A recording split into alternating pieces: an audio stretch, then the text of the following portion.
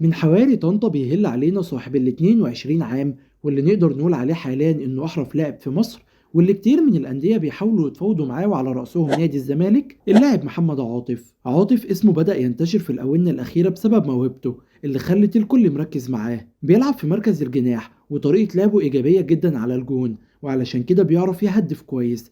وقدر خلال 9 مباريات انه يسجل 4 اهداف، ويعمل كمان 3 اسيست. مهاراته عاليه جدا في الكوره، ولعبه شبيه شوية بلاعب الزمالك السابق مصطفى محمد. لما تبص على طريقة لعبه تشوف مدى ثقته بنفسه، ومهما كان الخصم اللي بيواجهه بيقدر انه يستحوذ على الكورة ويراوغ بيها. الدريبل بتاعه في الكورة ممتاز، وبيعرف يمزج بين المهارات بشكل احترافي. عاطف من اللعيبة اللي تحس انه لاعب كورة في الشارع كتير زي اغلبنا، وعلشان كده تحس انه لازق الكورة في رجليه.